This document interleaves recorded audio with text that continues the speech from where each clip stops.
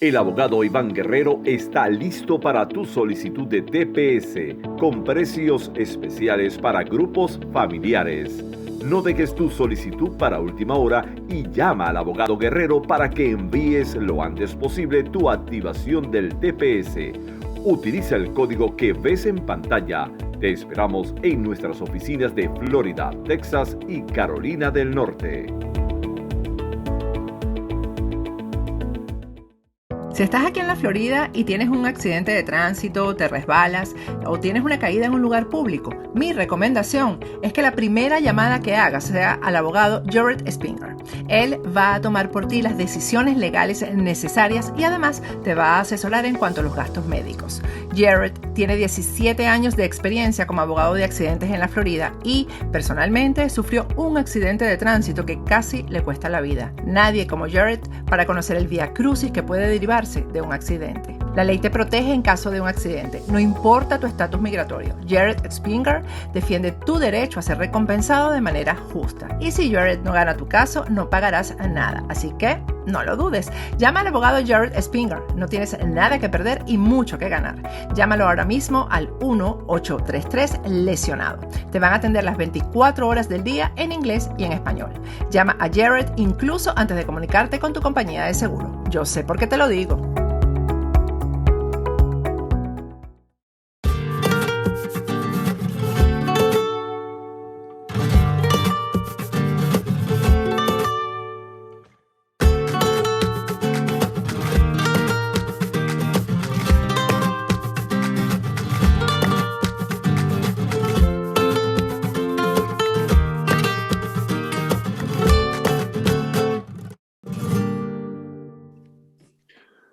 Buenos días, amigos y amigas de Café de Economía. Hoy, otro viernes más, vamos a hablar de temas interesantes, temas bonitos y temas que van a tener una profunda repercusión e influencia en los próximos días. Porque recordemos todos que a partir del domingo ya empieza nada más y nada menos que la campaña electoral de Madrid. Y en la campaña electoral de Madrid uno de los temas que va a ser estrella va a ser la economía, porque mientras que unos quieren bajar impuestos, otros quieren subirlos, otros acusan a Madrid de hasta de ser la culpable de todo, de cómo va la pandemia, de que si tiene prosperidad económica, le culpan casi hasta de llamarse Madrid, ¿no? Y vamos a hablar de todo ello con nuestros contertulios habituales, además de que son Miguel Ángel Paneagua, José Vicente Mari y Alicia García. Además de que a partir de hoy se incorpora también con nosotros una persona muy especialista en temas económicos que vive al otro lado del charco, que vive en Miami, pero que es española y que es profesora de la Escuela de Negocios de Miami. Y por otro lado también colaboradora de la CNN en Miami y Latinoamérica. Junto con ella vamos a entrevistar y vamos a hablar con el diputado más antiguo del Grupo Popular de la Asamblea de Madrid, con Pedro Muñoz Abrines, con quien vamos a analizar todas estas situaciones económicas de Madrid desde el punto de vista de antes de la pandemia y qué se espera de cara al futuro. Pero antes, amigos de Factores de Poder, permítanme recordarles que Factores de Poder es una compañía de comunicación de ámbito internacional que está radicada en Miami y que nuestro ámbito de influencia, además de en Estados Unidos, está en Latinoamérica y ahora también estamos penetrando en España. Y ahora que estamos hablando de economía, pues nada mejor que para mejorar la economía, que estamos en grave crisis económica, y para hacer una buena inversión, la publicidad siempre es un buen sector para pensar en ello. Y no olvide de que en Factores de Poder tenemos unos magníficos programas llenos de veracidad, rigor y sobre todo con temas y personajes de calidad, y que Factores de Poder puede ser una magnífica inversión para que usted, si tiene un proyecto empresarial o bien tiene un negocio, quiere vender su marca en nuestros programas, pues es el lugar adecuado y nuestros asesores le comentarán, le harán un estudio sobre las necesidades que usted pretenda y de esa manera, contactando con www.factoresdepoder.com, pues podrá mejorar su futuro a través de una magnífica inversión en publicidad y sobre todo en factores de poder, porque es el mejor medio con el que usted se puede encontrar para mejorar la calidad de su futuro. Volviendo al tema que nos ocupa, que es el tema de la economía y especialmente en Madrid, señor Muñoz Abrines, le preguntaría: ¿cómo está Madrid en este momento, teniendo en cuenta que llevamos aproximadamente 14 meses de pandemia y dado que Madrid es la economía puntera de España y la locomotora económica? ¿Qué podemos decir de Madrid desde el punto de vista económico, dado que además ha seguido una política completamente distinta en el caso de la pandemia, no cerrando hostelería y otro tipo de elementos que dan lugar a que la economía siga más o menos funcionando desde hace un año hasta la fecha? Bueno, lógicamente Madrid, como el resto de España y como buena parte de Europa, pues está sufriendo la pandemia y las consecuencias económicas de la misma. Es decir, todos estamos en una situación de crisis en la que desgraciadamente pues hay muchas empresas, muchos negocios que lo están pasando mal. El paro ha crecido desgraciadamente, pero lógicamente en ese escenario, a pesar de que no somos una isla, pues la Comunidad de Madrid está aguantando de mejor manera de lo que está haciendo la media nacional. Y eso tiene que ver fundamentalmente con dos cuestiones: con una estructura productiva que, aunque pueda parecer que podía estar más afectada por la pandemia por tener un mayor peso del sector servicios, sin embargo es un sector muy dinámico y que ha sabido adaptarse con rapidez, y eso ayuda. Y después las políticas que desde luego ha hecho el Gobierno de la Comunidad de Madrid, presidido por Isabel Díaz Ayuso, que en vez de optar por el cerrojazo absoluto, pues ha intentado mantener un equilibrio entre sanidad y economía, que es un debate que se planteó desde el primer momento, y desde luego nosotros pensamos que era preferible mantener abiertos todos los negocios, el comercio y la hostelería en la medida de lo posible, con las medidas de protección necesarias, con todas las garantías posibles, lógicamente, pero pensando que ese falso debate entre economía y sanidad no podía sostenerse, entre otras cosas porque si se alargaba mucho esa situación de cierre, al final tendríamos dos problemas muy serios y que se iban a alargar en el tiempo. El primero, lógicamente, el sanitario, pero después el económico, porque cuando se cierra una empresa, después es muy difícil abrirla. Esto no es como un interruptor de la luz que ahora enciendo y ahora apago y por lo tanto, bueno, puedo volver a poner en marcha los motores y todo vuelve a la normalidad. Desgraciadamente las cosas no son así, entre otras cosas porque los consumidores y las personas pueden cambiar de hábitos, y aunque tú intentes recuperar tu negocio, probablemente tendrías muchas dificultades para volver a la situación inicial, ¿no? Y por lo tanto era muy oportuno el intentar mantener un escenario de apertura lo mayor posible, ¿no? Y si además se suma que tenemos la fortuna de contar con la región que tiene los impuestos más bajos, pues eso también ayuda a quien lo está pasando mal, ¿no? A ver, ¿quién, Miguel Ángel, José Vicente, María o Alicia, quién empieza preguntando o haciendo algún comentario a Pedro? Pues, y la verdad Alicia que tiene ganas. Que yo, escuchando a Pedro, pues la verdad que es lo que escuchas en la calle también, porque nosotros que nos movemos por Madrid, cuando hoy yo he estado en Madrid y llevamos allí toda la semana, nos trasladan precisamente un apoyo a Isabel Díaz Ayuso y al gobierno y a la gestión. Hay un movimiento social, además muy importante, de apoyo y de una manera bastante, sin ningún tipo de interés, más que el apoyar al gobierno. Hay carteles en los bares, en los restaurantes, de apoyo a Isabel Díaz Ayuso, y eso yo creo que es, y yo lo llamaría el milagro español, en el caso de Madrid, porque es para estudiar. Y además, como apuntaba Pedro, en una comunidad donde se pagan menos impuestos, donde hay muy buenos servicios públicos, donde además hay menos desempleo y donde más riqueza tienen después de una pandemia, pues sin duda ese equilibrio entre sanidad y economía, pues es el milagro español, a mi juicio. Hoy el Servicio de Estudios del BBV ha lanzado un informe en el que habla que en España, pues En este año 2021 se va a subir aproximadamente un 5% en crecimiento con respecto a las cifras anteriores, teniendo en cuenta que en el año 2020 se ha bajado un 10% y por otra parte que en el 2022 está previsto un 7%. En ese crecimiento, Pedro, ¿qué porcentaje le podemos atribuir a Madrid? Porque Madrid está teniendo una fuerza importante en esta economía ralentizada que tenemos en España. Y prueba de esa fuerza y un hecho que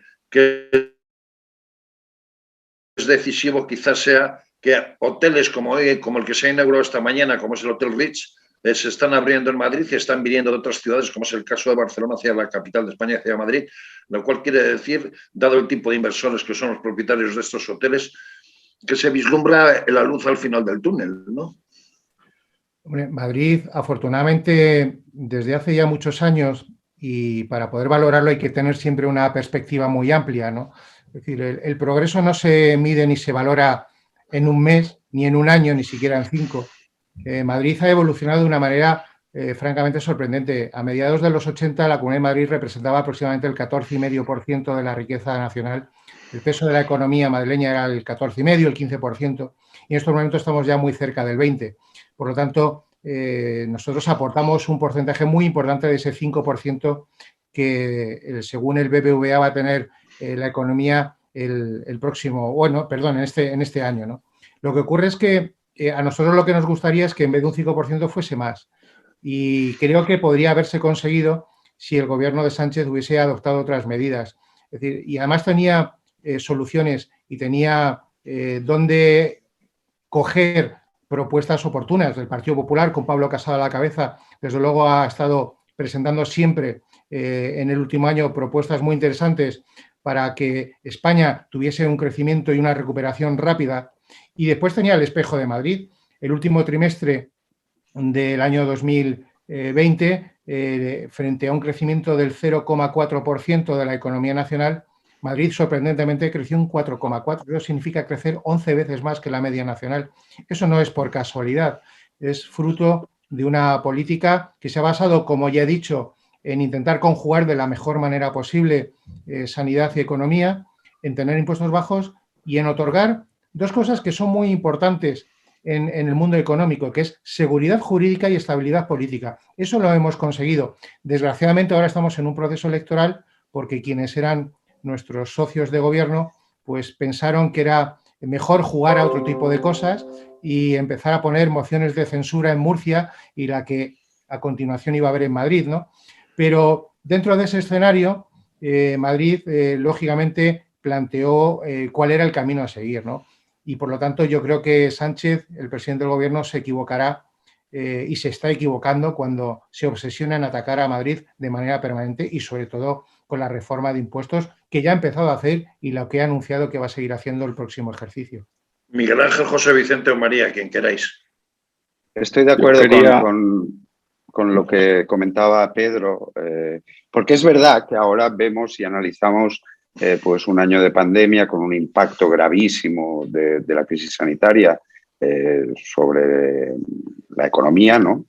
Pero estoy de acuerdo con lo que señalaba Pedro de que ese camino que Madrid ha ido haciendo durante ya bastantes años, un camino de ir creando una economía abierta, ir creando una economía dinámica, ir dimensionando bien el sector público para que favorezca la iniciativa privada, pues es lo que le da a Madrid el potencial que hoy tiene, ¿no? Y si además de ello añadimos que en una circunstancia tan excepcional como la pandemia, pues Ayuso y el Partido Popular gobernando, pues lo hace pues bien, balanceando bien las decisiones, porque cuando oyes a Pedro Sánchez aquí es que parece que no, oiga, balanceando bien las decisiones, cuando había que adoptar medidas de salud pública, Madrid las ha adoptado, incluso adelantándose al gobierno de la nación, ¿no? Pero sabiendo que hay que pues balancear bien y saber que determinadas decisiones en materia de salud pública frenan totalmente la economía y producen consecuencias pues también graves, ¿no? Por lo tanto, Madrid ha venido haciendo desde hace años un camino, yo creo que exitoso, que sirve de ejemplo a muchas otras regiones españolas y sirve de ejemplo también y sirve del ejemplo contrario a otras regiones españolas, regiones muy dinámicas, sumidas en la inestabilidad política, sumidas en el lío permanente, pues, y sumidas también en políticas muy intervencionistas, pues han seguido el camino contrario, ¿no? Me estoy refiriendo claramente a Cataluña, una sociedad dinámica sumida en un marasmo, ¿no? Que es lo que ha pasado. Y Madrid ha reflejado perfectamente esa forma de gobernar del Partido Popular, dimensionando bien el sector público, sabiendo que las políticas públicas son para incentivar la iniciativa privada y, por lo tanto, que sea la iniciativa privada la que tira del carro, la que crea los puestos de trabajo y genera riqueza. Miguel Ángel. Sí, hablaba José Vicente de éxito y tú comentabas al principio que incluso se le culpaba a Madrid de tener prosperidad económica, lo cual ya es lo último que podíamos escuchar. Pero es que es una realidad. Es que muchos políticos en diferentes regiones españolas, incluso en el gobierno, al final se les ven las costuras cuando se analiza o se comparan con Madrid. Y entonces están intentando destruir la prosperidad de Madrid, destruir las políticas que se hacen en Madrid, no tanto por odio a Madrid, sino porque al final lo que se está demostrando es que ellos no son capaces de hacer lo que se ha hecho en la Comunidad de Madrid. Aquí yo creo que llevamos 25 años gobernando, Pedro, ¿es así? En la Comunidad de Madrid, año 95. Claro, fíjate, en todos estos años el vuelco que ha dado la Comunidad de Madrid, y claro, otras comunidades no van en la misma dirección, van en sentido contrario y no han conseguido esos éxitos económicos que se han conseguido en la Comunidad de Madrid.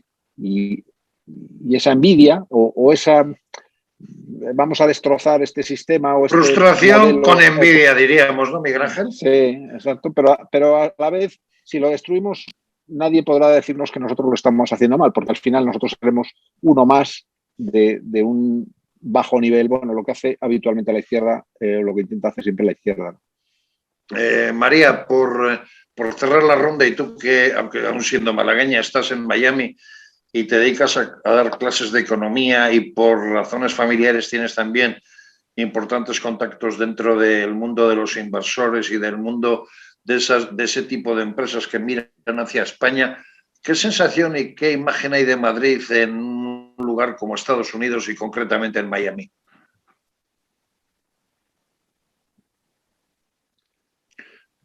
Tienes el micrófono cerrado, María.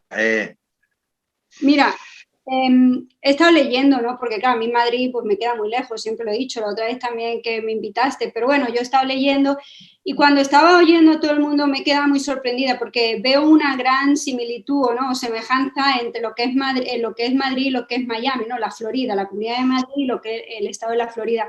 Por una sencilla razón, aquí en Florida, ¿no? Pues se ha intentado hacer ese equilibrio entre economía y sanidad. Florida es uno de los pocos estados junto con Texas ahora que está abierto.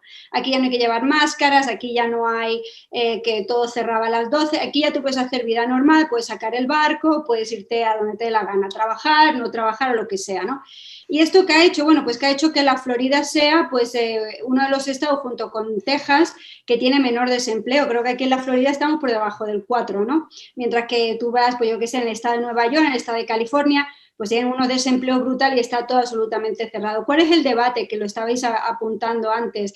Y el debate es el siguiente, y es que la envidia esta que tú estabas diciendo es envidia porque estamos viendo cómo, por ejemplo, el gobernador de la Florida, Ron DeSantis, pues es uno de los gobernadores que se espera que vaya a correr para presidente en el 2024, que no sé porque creo que está ahí Trump.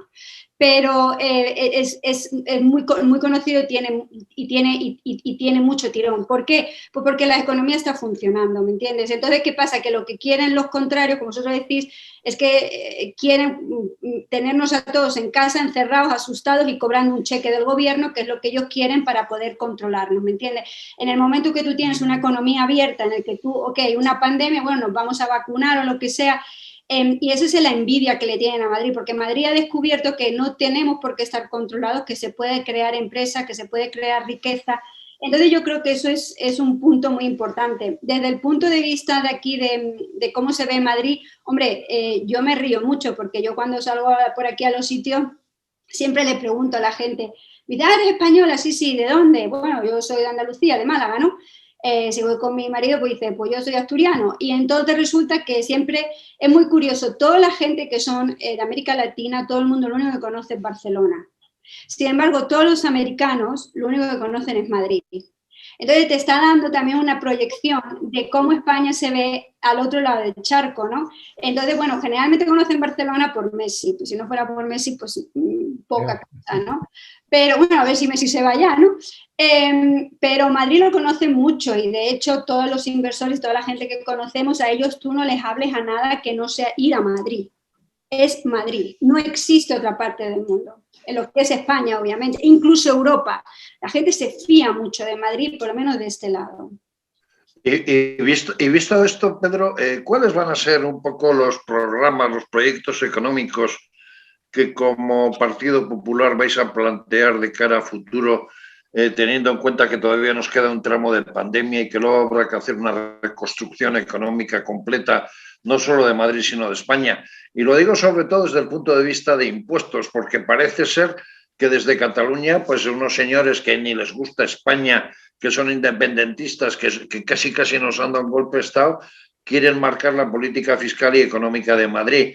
El presidente del gobierno ha dejado de lado esa propuesta que ha hecho su candidato a las elecciones, porque ahora parece que el candidato es Pedro Sánchez y resulta que ataca a Madrid. Hoy mismo Pablo Iglesias, el que parece que iba a mover el cielo, pues parece que toda su propuesta es subir los impuestos hasta tal punto que arruine a los ricos de Madrid. ¿Qué propuesta económica tenéis seria que se vea y que de cara a futuro dé esperanza para Madrid y para el resto de España? Bueno, en primer lugar, quiero decir que respecto a la política tributaria, tiene mucha relación lo que habéis hablado, por ejemplo, de los independentistas catalanes, ¿no? En estos momentos estamos viviendo una situación de cierta complejidad y con cierto temor, porque el Gobierno de España ha anunciado ya, la ministra de Hacienda, que quiere reformar la distribución competencial que tienen las comunidades autónomas, las capacidades que tenemos para tocar ciertos tributos, ¿no? Nosotros no tenemos muchas competencias porque no son muy amplias, podemos tocar una parte del impuesto de la renta, pero tampoco tiene una repercusión muy excesiva.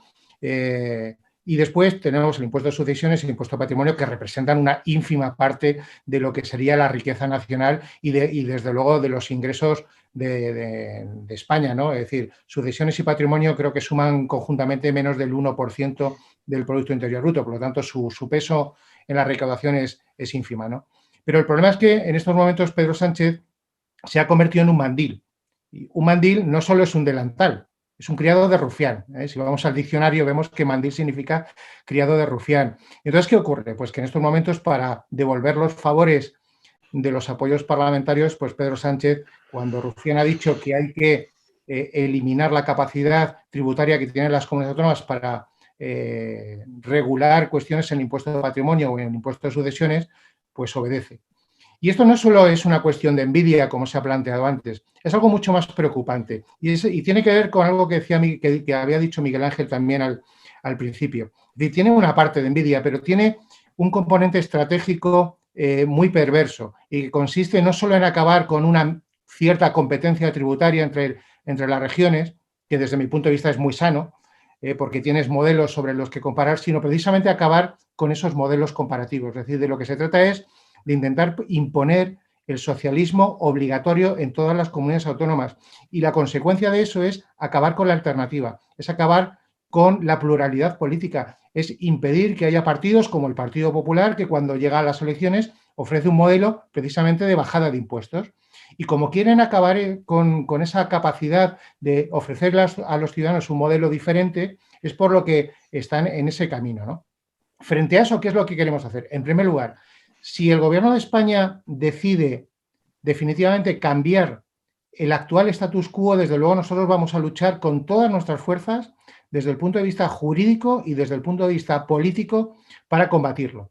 Porque los madrileños lo que no puede ser, y no vamos a permitir es que el señor Rufián nos diga cuántos impuestos tenemos que pagar en Madrid. Eso no lo vamos a consentir. Desde luego, es algo intolerable. Alguien que quiere separarse de España, que nos diga precisamente cuánto tenemos que pagar. En segundo lugar, que lo hagan de una manera desigual, porque si consideran que Madrid hace competencia desleal, deberían adoptar la misma decisión con las capacidades tributarias que tienen el País Vasco y Navarra. Vasco-Navarra, por ejemplo. Y por lo tanto, me parece que es un debate que no le conviene precisamente abrir en este momento a los nacionalistas, ¿no? Pero como la obsesión es Madrid, pues el resto se olvidan de las consecuencias. Y desde luego nosotros llevamos en el programa electoral que vamos a hacer una rebaja de impuestos muy importante, probablemente la rebaja de impuestos más importante que se ha hecho en la historia de nuestra región y probablemente, por lo tanto, que se ha hecho en cualquier comunidad autónoma, que es bajar medio punto en todos y cada uno de los tramos del impuesto de la renta de las personas físicas. Eso supone pues un ahorro del 5,5% en los tramos más bajos de renta, es decir, el tramo más bajo, que ahora mismo tiene un tipo del 9%, pasaría a un 8,5%, y por lo tanto es un ahorro muy importante que iba a beneficiar a más de 3 millones de contribuyentes. Además de avanzar en unas deducciones que ya teníamos iniciadas a lo largo de la legislatura, pero que no pudimos aprobar como consecuencia de las desavenencias entre quienes apoyaban al gobierno, por un lado Ciudadanos y por otro lado Vox, que tampoco contribuyó precisamente a apoyar y a que pudiésemos sacar adelante esta iniciativa de rebaja de impuestos, de nuevas deducciones, y por lo tanto ese es el gran escenario.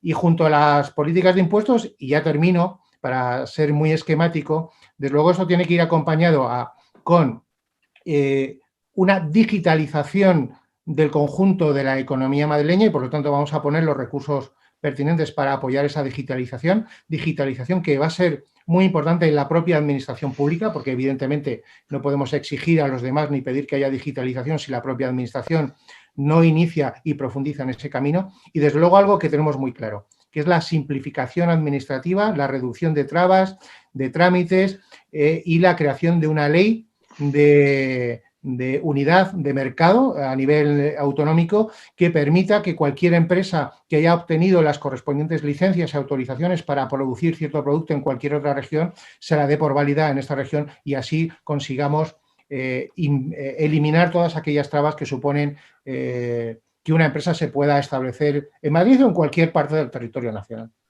Perfecto. ¿Preguntas o comentario? Bueno, yo, hablando de impuestos, que lo ha comentado Pedro, es que nosotros siempre estamos discutiendo lo mismo con la izquierda, ¿no? El tema de los impuestos, porque para ellos los impuestos no es una parte de la política fiscal de un gobierno. Para ellos los impuestos son dos cosas. Por un lado, una forma de recaudar lo más posible para poder generar clientelismo político a través de ayudas, subvenciones, etcétera, a través de todo el presupuesto de las administraciones públicas.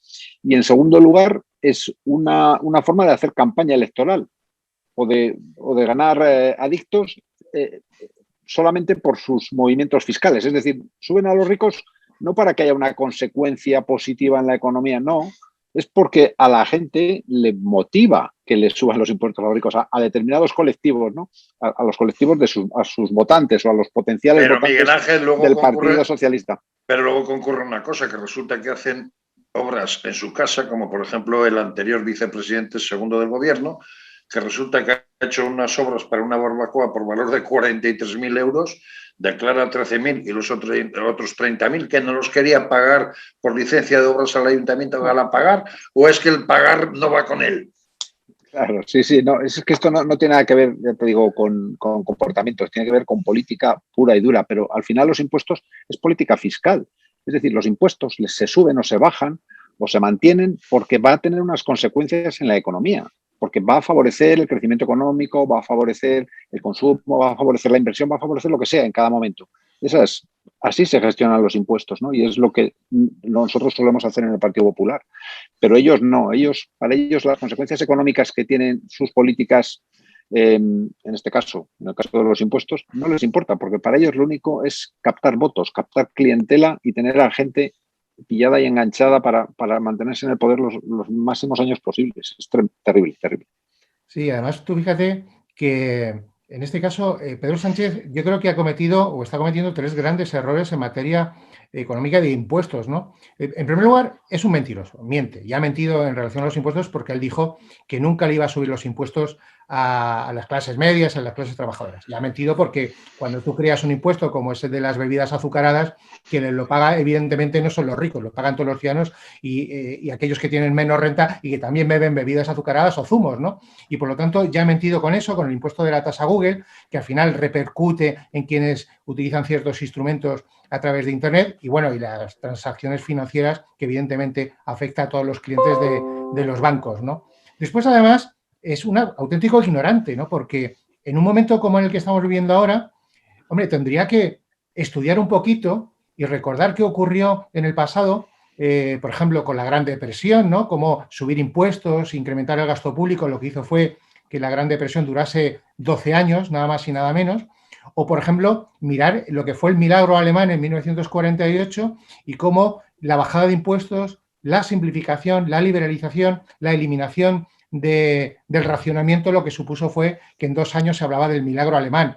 Es decir, después vendrá Sánchez diciendo, no, eso fue el plan Marshall. Bueno, el Reino Unido y Francia recibieron bastante más fondos del plan Marshall que Alemania y no se habla del milagro británico. La diferencia es que en el Reino Unido estaba Clement Attlee haciendo políticas laboristas y en Alemania estaba Erhard haciendo políticas liberales, ¿no? Y la diferencia está en eso. Y después, además, es un irresponsable.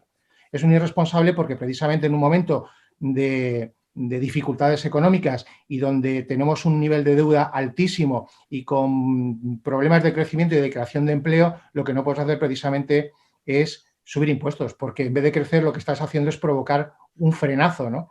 Y si de verdad queremos hacer una recuperación rápida, está bien a lo mejor reordenar todo el sistema tributario, pero tiene que ser precisamente para reducir no la presión fiscal, sino el esfuerzo fiscal, que es algo diferente. Porque cuando ellos dicen que hay que subir impuestos para igualarnos a Europa, ellos dicen que es que, claro, España tiene 7 o 8 puntos menos en presión fiscal respecto a la Unión Europea. Lo que no cuentan es que si eso se pone en relación al Producto Interior Bruto, España está entre los países que tiene un esfuerzo mayor fiscal, ¿no? ¿Por qué? Porque tenemos una renta per cápita que está muy por debajo de la media europea y porque tenemos un volumen de economía sumergida más alto, ¿no? Y eso es lo que hace que tengamos menos recaudación, pero sin embargo lo que cada español paga está muy por encima del esfuerzo que hacen muchos países. Y esto se puede entender viendo simplemente, por ejemplo, el IRPF. El tipo máximo, simplificando, que tenemos en España es el 45% en el tramo del IRPF, si quitamos lo que hacen las comunidades autónomas. Bueno, tú pagas a partir de 60.000 euros, tú pagas el 45%. Se te aplica esa tarifa. Para que te apliquen el 45% en Francia tienes que ganar 150.000. En el Reino Unido tienes que ganar 150.000 y en Alemania 250.000 euros. Con lo cual se ve que el esfuerzo que hace un español a la hora de pagar impuestos es muchísimo más alto de lo que dice el Partido Socialista, de lo que dice Pedro Sánchez y de lo que dice la ministra de Hacienda, la señora Pero, Pedro, es mucho más grave, por ejemplo, lo que sucedió ayer en el Congreso, porque por octava vez nos presentó la historia de los fondos europeos, esos 140.000 millones de euros que supuestamente van a venir a España, pero no cuenta que España, al ser la tercera o cuarta economía de Europa, es país que va a tener que contribuir, con lo cual 20 o 30.000 millones de euros nos van a quitar de esos 72.000 millones de euros que vienen supuestamente a fondo perdido, pero que van a tener condiciones. Y luego hay otra cosa, y lo verán nuestros televidentes mañana en un programa que hemos hecho con las alcaldesas de Aranjuez, del Álamo y de otro pueblo de la Sierra de Madrid, que son 3 pueblos, pequeño, mediano y mayor, en donde los ayuntamientos están temblando porque a raíz de la pandemia se han quedado sin dinero y encima les querían quitar las remanentes, ¿no? ¿Alguno más tiene que hacer algún comentario? O, por ejemplo, José Vicente, María o Alicia. Comentario, pregunta, Pedro, lo que queráis. Bueno. Perdón, Alicia, habla. No, María. No, a mí lo que me hace gracia y siempre lo veo, sobre todo cuando estoy dando las clases, aquí en Estados Unidos, perdón que yo vuelvo a Estados Unidos, pero creo que es lo único así que puedo Ahora que tenemos aquí a este señor, el presidente Biden, ¿no? Resulta que otra vez estamos a vueltas con los impuestos y me hace muchísima gracia porque es que aquí quieren subirlo, ¿no? Entonces, tú ves a un montón de economistas intentar, yo digo, bueno, pues que esta gente, ¿dónde fue a estudiar economía, no? Que se saltan la mitad de la película, es decir, como que tengo la sensación que estaban en mitad de la clase de impuestos y dijeron, venga, hora del café, nos vamos porque el resto de la clase no lo entendieron. Entonces, lo que me hace mucha gracia es que todos estos demócratas aquí, pues igual que tenéis el problema ahí con los socialistas y Podemos, y que piensan que subir el impuesto, primero, como dice, es rédito, es decir, todo el mundo va a votar, qué bien, le vamos a meter el dedo en el ojo a los ricos, que son unos estafadores y tal, ¿no? Pero es que luego no se dan cuenta de una cosa muy sencilla, y es que, como decía, o sea, si no, los impuestos primero te van a dar inflación, porque no se va a producir, porque se para la inversión, porque no van a venir las grandes compañías a invertir a tu país, porque van a tener que pagar más impuestos y van a tener menos remuneración. Es decir, el gobierno va a perder, pero es que me hace mucha gracia, y es que siempre que hacen lo de la bandera de los impuestos, al único que no menciona y que fue el más inteligente y que bajó los impuestos fue Kennedy. Me hace mucha gracia porque a Kennedy lo utilizan para lo que les da la gana, es decir, para una cosa sí, para otra cosa no. Pero Kennedy, que fue el primer presidente demócrata de este país, que decidió verdaderamente o que entendía lo que es la política que viene de la parte del supply, ¿no? de la oferta, con la bajada de impuestos no lo utiliza y fue el presidente que tuvo mayor, de todos los demócratas, mayor crecimiento económico, un 4% sin inflación. Entonces, a mí me hace mucha gracia que esta gente, el tema de los impuestos, como vosotros decís, no tienen ni puñetera idea del efecto que tiene la política fiscal, ¿no? Sobre todo en una situación en la que estamos en una contracción económica que lo que tienes que hacer precisamente es estimularla con bajada de impuestos pues, si quieres hacer algo, ¿no? Y no solamente eso, sino que están subiendo impuestos, o que esta gente está hablando, Sánchez, de subir impuestos, cuando nos están dando dinero. Entonces, es como que, ¿qué quieres? ¿Tener una inflación, una hiperinflación de aquí a 3 meses? Entonces, es muy curioso este tema de los impuestos y creo que el Partido Popular lo está defendiendo, siempre lo ha defendido y creo que una de las mayores razones por la que el Partido Popular yo creo que va a arrasar, y lo miro desde aquí, ¿no? Yo ni voto siquiera, a mí me toca votar en Andalucía, es porque la política fiscal sí la entienden los ciudadanos, pero no la entienden los políticos. O sea, estos políticos, o sea, la otra, ¿no? La otra, la izquierda. José Vicente, Alicia, ¿algún comentario? Sí, José Vicente, tienes el micrófono cerrado. Ahora. No, iba a hablar Alicia, ¿no? Bueno, yo lo que estoy pensando es... hablo yo, venga. No, al final de lo que estáis hablando, es que está bien centrada, ¿no? La disyuntiva al 4 de mayo por Isabel Díaz Ayuso y el Partido Popular, y el planteamiento y la disyuntiva es socialismo o libertad, ¿no? Y esta es la cuestión. Ya, y como eso también lo entiende todo el mundo, pues ha tenido éxito el planteamiento que está haciendo Isabel y el Partido Popular en estas elecciones. Hay problemas y esa disyuntiva, por lo que decía Pedro respecto del tratamiento que hace el Partido Socialista siempre cuando gobierna en materia de sistema de financiación autonómico, en materia de tributación, de impuestos cedidos, ¿no? Ya pasó, ¿no? El último sistema de financiación aprobado es del 2009 y lo pactó directamente Zapatero con Esquerra Republicana de Cataluña. Y ahora vamos camino de lo mismo, ¿no? Y lo que pasa es que se quiere adelantar con la armonización del impuesto de sucesiones en todo el territorio. Pero al final Madrid pues, es la principal aportante del sistema de financiación autonómico. Baleares, he de decir que somos los segundos, ¿de acuerdo? Y el reparto y ese debate, lo primero que hizo Zapatero cuando llegó en el 18 fue decir que no lo iba a hacer hasta la siguiente legislatura. Ya estamos en la siguiente legislatura, tampoco parece que tenga mucho interés en hacer eso, ¿no? Pero al final el pacto va a volver a ser Partido Socialista, Esquerra Republicana, porque empezando por el impuesto de sucesiones, siguiendo por el sistema de financiación, porque se trata de lo que decía Pedro, se trata de un modelo diferente, se trata de un modelo diferente de sociedad, se trata de un modelo diferente de hacer las cosas, ¿no? Y eso es lo que nosotros, desde el punto de vista político, desde el punto de vista también de política económica, hemos de intentar explicar como están haciendo bien los compañeros en Madrid. Desde el punto de vista de asuntos sociales, Alicia, Madrid también ha tenido graves problemas por la falta de atención por parte del vicepresidente segundo del gobierno. Ayer me decían las alcaldesas que en zonas como las del Álamo, que hay 5 residencias de ancianos, ni se les había atendido por parte del gobierno, ni el vicepresidente segundo del gobierno había aparecido. ¿Tú crees que las políticas sociales de Madrid pueden llevar a cubrir estas necesidades de la pandemia de cara a futuro? Vamos a ver, Madrid es una de las comunidades autónomas con unos servicios públicos más sólidos y además destina el 35% de su presupuesto a sanidad. Eso hay que decirlo. E igualmente a políticas sociales. Creo que es la 8ª comunidad autónoma que más presupuesto destina proporcionalmente a política social. ¿Qué ha ocurrido con Pablo Iglesias? Que se puso los galones de vicepresidente social en marzo del 2020, cuando vio que las cosas se complicaban en las residencias, se retiró y a partir de entonces no se ha dignado ni a pisar una residencia en todos estos 14 meses que ha estado. Eso es lo que ha ocurrido, que les abandonó y se comprometió a llevar material de protección, a enviar fondos y se olvidó.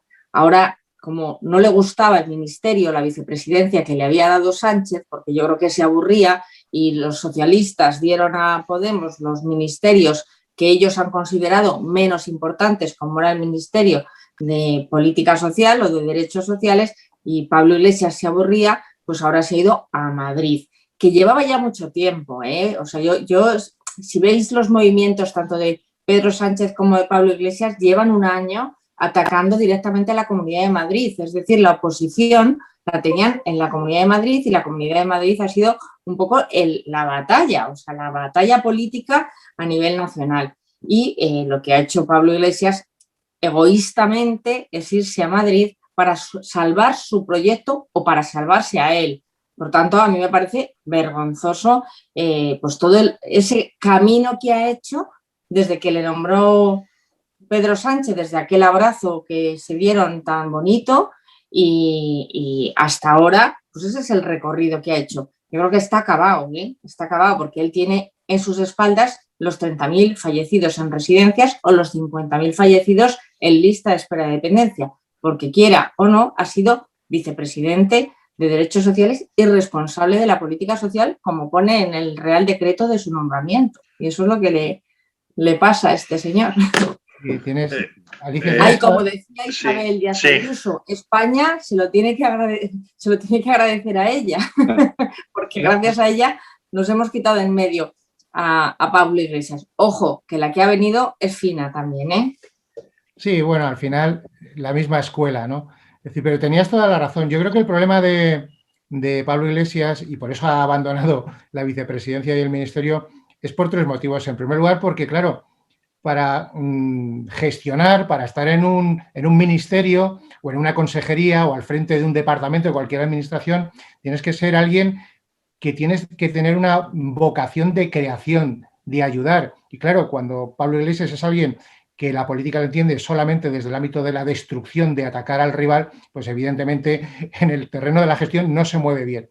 Claro, si además resulta que estando en un ministerio tienes que trabajar, y él ya ha dicho que trabajar muchos pepinos, pues evidentemente pues se ha alargado en cuanto ha podido. Y además tenía una excusa muy, muy fácil, ¿no? Que era intentar salvar el proyecto de Podemos en la Comunidad de Madrid, porque es verdad que estaban en mucho riesgo. Lo que ocurre es que esa actitud además demuestra un componente enormemente machista, porque claro, quien era la cabeza de lista era Isabel Serra, y ahora no pueden decir que el motivo era el riesgo de que, claro, como es una señora condenada por agredir, insultar, vejar a una policía, pues no pueden decir que ese es el motivo, porque si eso hubiese sido el motivo, lo hubiesen quitado de portavoz hace un año en la Asamblea de Madrid, ¿no? Entonces la ha quitado porque es mujer. Entonces, como es el macho alfa, él tenía que ir a salvar a su partido, ¿no? Pero es verdad que yo creo que no le va a salir francamente bien, porque claro, él ya no puede volver a Vallecas a darse paseitos, porque cuando en vez de tener un sofá de invitados tienes una casa de invitados, pues es muy difícil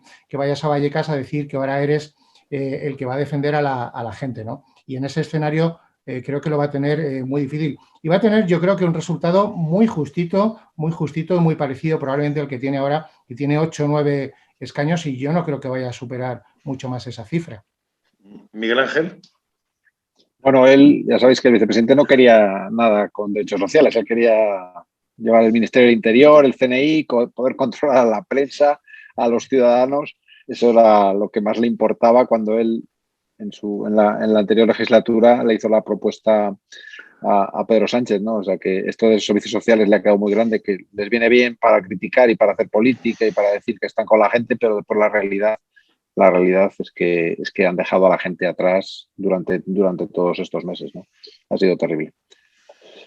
Y nada, yo, como seguro que estaremos acabando, quiero desearos, Pedro, muchísima suerte, mucho ánimo, contad con nosotros para que lo necesitéis, ya lo sabéis, y espero que tengamos un buen resultado, que podamos conseguir la mayoría absoluta y poder seguir demostrando la importancia de nuestras políticas a nivel nacional, desde Madrid, y poder, bueno, pues poder recuperar el gobierno en las siguientes elecciones nacionales.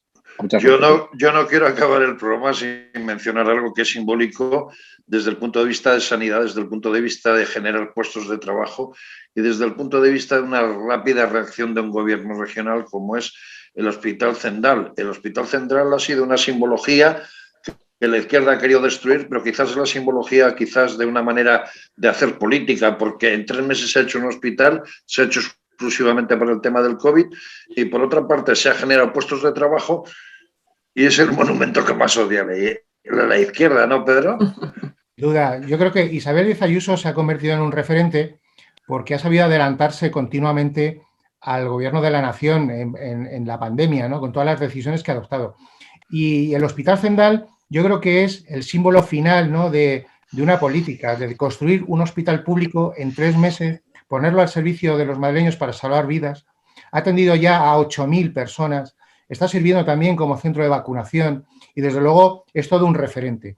Y claro, al final la izquierda no puede soportar que se les desmorone esos mitos y esos mantras que ellos venden continuamente de que nosotros vamos a privatizar, de que vamos a cargarnos la sanidad pública, ¿no? Y entonces, claro, pues tienen que recurrir a eso, incluso hasta el sabotaje, como han intentado hacer al principio de la puesta en marcha del hospital. Pero al final, cuando la gente es atendida allí, cuando los medios de comunicación tienen la oportunidad de visitarlo y ven lo bien que funciona, que es un hospital absolutamente polivalente, que tiene la flexibilidad suficiente como para poder adaptarse a las circunstancias y que está sirviendo de un enorme apoyo para los hospitales ordinarios, para los grandes hospitales que tiene Madrid, pues la gente ve que es toda una campaña de desprestigio por parte de la izquierda que no puede soportar que las cosas se hagan bien. Y es muy triste, porque claro, cuando tú ves que en el Corriere della Sera hablan bien de Madrid y lo comparan con Milán,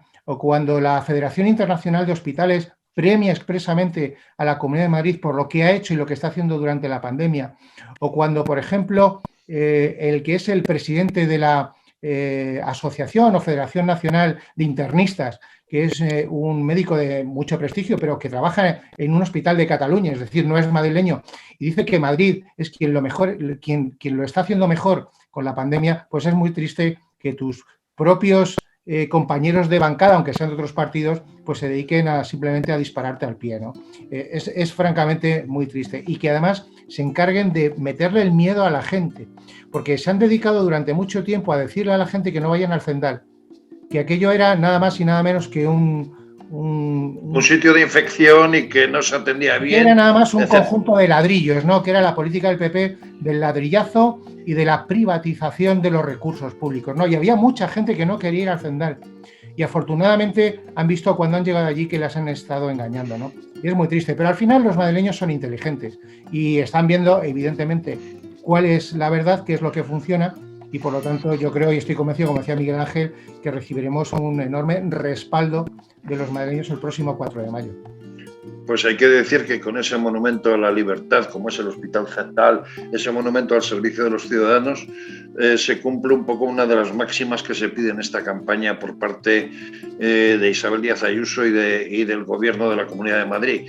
Y es que desde el punto de vista de la economía, desde el punto de vista de la sociedad, desde el punto de vista de la política y sobre todo desde el punto de vista de la gestión autonómica, se deje trabajar en libertad y como modelo de gestión no hace falta decir mucho más. de lo que hay, porque es lo que se ve y es lo que se ha hecho en estos 2 años.